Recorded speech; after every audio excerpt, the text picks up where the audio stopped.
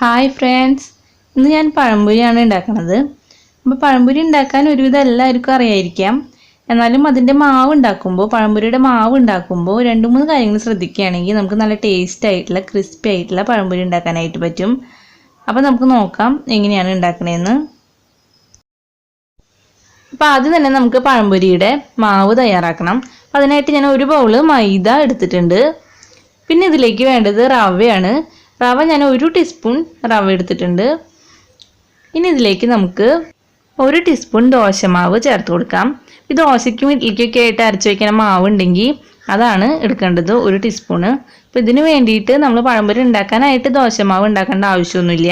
നമ്മൾ ദോശ ഇഡ്ഡലിയൊക്കെ ഉണ്ടാക്കാനായിട്ട് മാവ് അരച്ച് വെച്ചത് ബാക്കി ഫ്രിഡ്ജിൽ എങ്ങനെ ഇരിപ്പുണ്ടെങ്കിൽ അതിൽ നിന്ന് 1 ടീസ്പൂൺ എടുത്താലും മതി. ഇനി ഒരു മഞ്ഞ കളർ കിട്ടാൻ വേണ്ടിയിട്ട് 1/4 ടീസ്പൂൺ മഞ്ഞൾപ്പൊടി ചേർത്ത് കൊടുക്കാം. പിന്നെ വേണ്ടത് പഞ്ചസാരയാണ്. ഒരു 2 ടീസ്പൂൺ പഞ്ചസാര ചേർത്ത് കൊടുക്കാം. അപ്പോൾ പഴത്തിൻ്റെ മധുരത്തിനനുസരിച്ചിട്ടാണ് പഞ്ചസാര ചേർക്കേണ്ടത്. മധുരം കുറവുള്ള പഴമാണെന്നുണ്ടെങ്കിൽ 3 ടീസ്പൂണൊക്കെ പഞ്ചസാര ചേർക്കാം. നല്ല പഴുത്ത മധുരമുള്ള പഴമാണെങ്കിൽ 1 ടീസ്പൂൺ പഞ്ചസാര മതിയാവും. മധുരത്തിനനുസരിച്ചിട്ട് പഞ്ചസാര ചേർത്ത് കൊടുക്കാം. അപ്പോൾ ഇതെല്ലാം കൂടിയിട്ട് നമുക്ക് കുറച്ച് വെള്ളം ഒഴിച്ചിട്ട് നന്നായി ഒന്ന് മിക്സ് ചെയ്തെടുക്കണം. നല്ല ലൂസായിട്ട് പഴംപൊരിയുടെ മാവ് എടുക്കരുത്, കുറച്ച് കട്ടിയായിട്ട് വേണം പഴംപൊരിയുടെ മാവ് ഉണ്ടാക്കാനായിട്ട്. അപ്പോൾ കുറച്ച് വെള്ളം ഒഴിച്ചിട്ട് നമുക്ക് മാവ് തയ്യാറാക്കിയെടുക്കാം. അപ്പോൾ നമ്മുടെ മാവ് എല്ലാം മിക്സായി വന്നിട്ടുണ്ട്. എന്നാലും ചെറിയ കട്ടകളായിട്ട് മാവ് ശരിക്കും അലിയാതെ കിടക്കുന്നുണ്ട്. അപ്പോൾ നമുക്കിതൊന്ന് മിക്സിയിലിട്ട് കറക്കിയെടുക്കുകയാണെങ്കിൽ എല്ലാം തന്നെ നന്നായി മിക്സായിട്ട് വരും. അപ്പോൾ നമുക്കിതെടുത്ത് മിക്സിയുടെ ജാറിലേക്ക് ഒഴിച്ചു കൊടുക്കാം. മിക്സിയുടെ ജാറിലിട്ട് ഒരു വട്ടം ഒന്ന് കറക്കിയെടുത്താൽ തന്നെ എല്ലാ മാവും സെറ്റായി കിട്ടും. അപ്പോൾ ഈ മാവ് നമുക്ക് മിക്സിയുടെ ജാറിലേക്ക് ഒഴിച്ചു കൊടുക്കാം. ഇനി ഇതിലേക്ക് ഒരു സാധനം കൂടി ചേർക്കാനുണ്ട്, അത് അരിപ്പൊടിയാണ്. അപ്പോൾ ഒരു 1.5 ടേബിൾ സ്പൂൺ അരിപ്പൊടി ചേർത്ത് കൊടുക്കാം. ദോശമാവ് ചേർക്കായാലും നമ്മൾ കുറച്ച് അരിപ്പൊടി ചേർക്കണം. അപ്പോൾ നമ്മുടെ പഴംപൊരി നല്ല ക്രിസ്പി ആയിട്ട് കിട്ടും. അപ്പോൾ ഈ അരിപ്പൊടിയും കൂടിയും ചേർത്തിട്ട് നമുക്ക് മിക്സിയിലിട്ടൊന്ന് കറക്കിയെടുക്കാം. അപ്പോൾ മിക്സിയിലെടുത്ത് കറക്കിയെടുത്ത് കഴിഞ്ഞിട്ടുണ്ട്. അപ്പോൾ ഈ ഒരു കൺസിസ്റ്റൻസി ആയിരിക്കണം മാവിന് വേണ്ടത്. ഒരുപാട് ലൂസായി പോവരുത്, നല്ല കട്ടിയാവാനും പാടില്ല. ഇതേപോലെ ആയിട്ട് മാവിനെടുക്കാം. അപ്പോൾ ഇനി ഇതിൽ ഞാൻ ബേക്കിംഗ് സോഡ ഒന്നും ചേർക്കണില്ല. അതിന് പകരമായിട്ട് ഒരു മണിക്കൂറെങ്കിലും നമ്മളിത് മാറ്റി വയ്ക്കണം. അതായത് മാവ് ഉണ്ടാക്കി കഴിഞ്ഞാൽ അപ്പം തന്നെ നമ്മൾ പഴംപൊരി ഉണ്ടാക്കാൻ പാടില്ല. കുറഞ്ഞത് 1 മണിക്കൂറെങ്കിലും മാവൊന്ന് റെസ്റ്റ് ചെയ്യാനായിട്ട് വെക്കണം. അപ്പം മാവൊന്ന് ചെറുതായിട്ട് പൊന്തും. അപ്പോൾ ആ നേരത്തെ പഴംപൊരി ഉണ്ടാക്കി കഴിഞ്ഞാൽ പഴംപൊരി നല്ല ക്രിസ്പി ആയിരിക്കും, നല്ല ടേസ്റ്റ് ആയിരിക്കും. അപ്പോൾ കുറഞ്ഞത് 1 മണിക്കൂർ, ഇപ്പോൾ 2-3 മണിക്കൂർ കൂടുതലായി ഇരുന്നാലും കുഴപ്പമൊന്നുമില്ല. അപ്പോൾ കുറഞ്ഞത് 1 മണിക്കൂറെങ്കിലും നമുക്കിത് റെസ്റ്റ് ചെയ്യാനായിട്ട് വെക്കാം. അപ്പോൾ പിന്നെ വേറെ സോഡാപ്പൊടി ചേർക്കേണ്ട ആവശ്യമൊന്നുമില്ല, മാവ് തന്നെ കുറച്ച് പൊന്തിക്കുള്ളൂ. ഇപ്പോൾ 1 മണിക്കൂർ കഴിഞ്ഞിട്ടുണ്ട്. ഇപ്പോൾ നമ്മുടെ മാവ് നോക്കി അറിയാം, മുന്നേ നമ്മൾ കലക്കി വെച്ചേക്കാളും വ്യത്യസ്തമായിട്ട് കുറച്ച് പൊന്തി വന്നിട്ടുണ്ട് മാവ്. അപ്പോൾ മാവിൽ വെള്ളം എല്ലാം പാകമാണ്.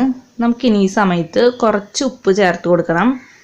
അപ്പോൾ ഉപ്പ് നമ്മൾ മുന്നേ ചേർക്കാഞ്ഞത്, മുന്നേ ഉപ്പ് ചേർത്ത് കഴിഞ്ഞാൽ മാവ് പൊന്തി വരാനായിട്ട് ബുദ്ധിമുട്ടാവും, കുറച്ചധികം സമയം നേരം വയ്ക്കേണ്ടി വരും. അപ്പോൾ നമ്മൾ ഉപ്പ് ഇപ്പോൾ ചേർത്ത് കൊടുത്താൽ മതി. ഇപ്പോൾ ചേർത്തിട്ട് നന്നായി ഇളക്കി കൊടുത്താൽ മതി. അപ്പോൾ ഉപ്പും കൂടി ചേർത്തിട്ട് നമുക്ക് നന്നായി ഒന്ന് മിക്സ് ചെയ്തെടുക്കാം. ഇനി നമുക്ക് പഴം കട്ട് ചെയ്ത് കൊടുക്കാം. ഞാനിവിടെ 3 നേന്ത്രപ്പഴമാണ് എടുത്തേക്കുന്നത്.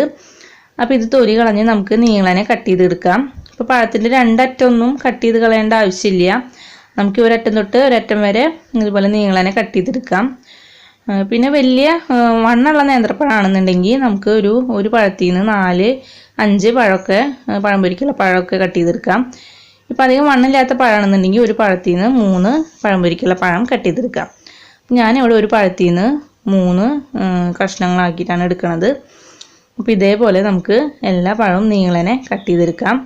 അപ്പോൾ പഴത്തിൻ്റെ നടുവൊക്കെ മുറിച്ചിട്ട് പഴംപൊരി ഉണ്ടാക്കുകയെന്നുണ്ടെങ്കിൽ പഴംപൊരിയുടെ വലിപ്പം പോവും, അപ്പോൾ കാണാനായിട്ട് ഒരു ഭംഗി ഉണ്ടാവില്ല. അപ്പോൾ നമുക്ക് മുഴുവനായിട്ട് തന്നെ കട്ട് ചെയ്തിട്ട് എടുക്കാം. ഇപ്പോൾ എല്ലാ പഴം കട്ട് ചെയ്ത് കഴിഞ്ഞു. ഇനി ഒരു പാൻ അടുപ്പത്ത് വെച്ച് നന്നായി ചൂടാവുമ്പോൾ നമുക്ക് അതിലേക്ക് ഓയിൽ ഒഴിച്ച് കൊടുക്കാം. അപ്പോൾ ഓയിൽ ഒഴിച്ച് കഴിഞ്ഞാൽ ഓയിൽ നന്നായി ചൂടായി കഴിയുമ്പോഴാണ് നമ്മൾ പഴം മാവിൽ മുക്കിയിട്ടിടേണ്ടത്. ഇപ്പോൾ ഓയിൽ നന്നായി ചൂടായി കഴിഞ്ഞു. ഇനി നമുക്ക് ഓരോ പഴം മാവിൽ മുക്കിയിട്ട് ഇട്ട് കൊടുക്കാം. അപ്പോൾ പഴം ഇട്ട് കൊടുക്കുമ്പോഴും തീ നന്നായി കൂട്ടി വെച്ചിട്ട് വേണം പഴം ഇട്ട് കൊടുക്കാനായിട്ട്. നമുക്ക് ഓരോ പഴം ഇട്ട് കൊടുക്കാം. ഇപ്പം നിങ്ങൾക്ക് നോക്കിയാൽ അറിയാം നമ്മുടെ പഴംപൊരി കുറച്ചൊന്ന് വീർത്ത് വന്നിട്ടുണ്ട്. നമ്മൾ സോഡാപ്പൊടി ഒന്നും ചേർക്കാതെ തന്നെ നമ്മുടെ പഴംപൊരി നന്നായി ഒന്ന് വീർത്ത് വന്നിട്ടുണ്ട്.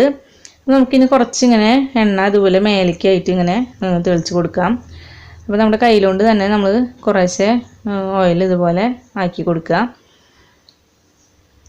അപ്പോൾ നമ്മുടെ പഴംപൊരിയുടെ ഒരു ഭാഗം ആയിട്ടുണ്ട്. നമുക്കിനി ഒന്ന് മറിച്ചിട്ട് കൊടുക്കാം. മറിച്ചിട്ട് കഴിഞ്ഞാൽ നമുക്കൊരു മീഡിയം ഫ്ലെയിമിൽ വെച്ചിട്ട് പഴംപൊരി ഉണ്ടാക്കിയാൽ മതിയാവും. അപ്പോൾ നമ്മുടെ പഴംപൊരി ഇട്ട് കൊടുക്കുമ്പോൾ ചിലപ്പോൾ ഓരോ ഭാഗം ഒട്ടി പിടിച്ചിട്ടുണ്ടാവും. അത് ഇപ്പോൾ നമ്മൾ ഇതുപോലെ വിടിപ്പിച്ച് കൊടുത്താൽ മതി. പഴംപൊരി ഇട്ട വഴിക്ക് അങ്ങനെ ഒട്ടി പിടിച്ചിട്ട് കാണുമ്പോൾ അപ്പോൾ വിടിപ്പിക്കാനായിട്ട് നിൽക്കണ്ട. അപ്പോൾ പഴംപൊരിയുടെ പുറം ഭാഗമൊക്കെ തന്നെ പൊളിഞ്ഞു പോരും. അപ്പോൾ ഈ സമയത്ത് നമുക്കിങ്ങനെ വിടിപ്പിച്ച് കൊടുത്തു കഴിഞ്ഞാൽ എല്ലാം വിട്ടുപോരും. അപ്പോൾ നമ്മുടെ പഴംപൊരി എല്ലാം ഓരോന്നോരോന്നായിട്ട് തന്നെ വേറിട്ട് കിടക്കുന്നുണ്ട്. അങ്ങോട്ടും ഇങ്ങോട്ടും ഓരോ ഭാഗം ആവാത്തതൊക്കെ ഉണ്ടെങ്കിൽ മറിച്ചിട്ട് കൊടുത്തിട്ട് നമുക്കൊന്ന് വറുത്തെടുക്കാം. ഇപ്പം നമ്മുടെ പഴംപൊരി രണ്ട് ഭാഗം മുരിഞ്ഞ് വന്നിട്ടുണ്ട്. നമുക്കിനി ഇത് എണ്ണയിൽ നിന്ന് എടുക്കാം. അപ്പോൾ പുറമേ നല്ല ക്രിസ്പി ആയിട്ടും ഉള്ളിൽ നല്ല സോഫ്റ്റ് ആയിട്ട് ഇരിക്കുന്ന പഴംപൊരിയാണിത്. ഇത് കുറേ നേരം ഇങ്ങനെ തന്നെ ഇരിക്കും, അങ്ങനെ തണുത്ത് പോകുന്നില്ല. പുറമേ നല്ല ക്രിസ്പി ആയിട്ട് തന്നെ ഇരിക്കും പഴംപൊരി. അപ്പോൾ നമുക്ക് ഇതേപോലെ തന്നെ ബാക്കിയുള്ള പഴം കൂടി നമുക്ക് പഴംപൊരിയാക്കി എടുക്കാം.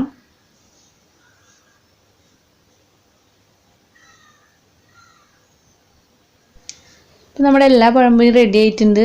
നല്ല ടേസ്റ്റ് ആയിട്ടുള്ള നല്ല ക്രിസ്പി ആയിട്ടുള്ള പഴംപൊരി എല്ലാം റെഡി ആയിട്ടുണ്ട്. അപ്പോൾ ഞാൻ 2 പഴം എടുത്തിട്ട് രണ്ടും കൂടി ഒന്ന് ഉരസി നോക്കുകയാണ്. അപ്പോൾ നിങ്ങൾക്കറിയാം ഇതിൻ്റെ ക്രിസ്പിനെസ് എത്രത്തോളം ഉണ്ട് എന്നുള്ളത്. അപ്പോൾ നല്ല മൊരിഞ്ഞ പഴംപൊരിയാണിത്. നമുക്ക് കഴിക്കാൻ നല്ല ടേസ്റ്റാണ്. അപ്പോൾ ഇതിൻ്റെ മാവൊക്കെ നല്ല മൊരിഞ്ഞിട്ടാണ് ഇരിക്കണത്. അപ്പോൾ ഈ വീഡിയോ കണ്ട് നിങ്ങൾക്ക് ഇഷ്ടമാണെങ്കിൽ നിങ്ങൾ ഇതുപോലെ ഒന്ന് ഉണ്ടാക്കി നോക്കുക. എന്നിട്ട് നിങ്ങളുടെ കമൻറ്റ്സ് എന്നെ അറിയിക്കുക.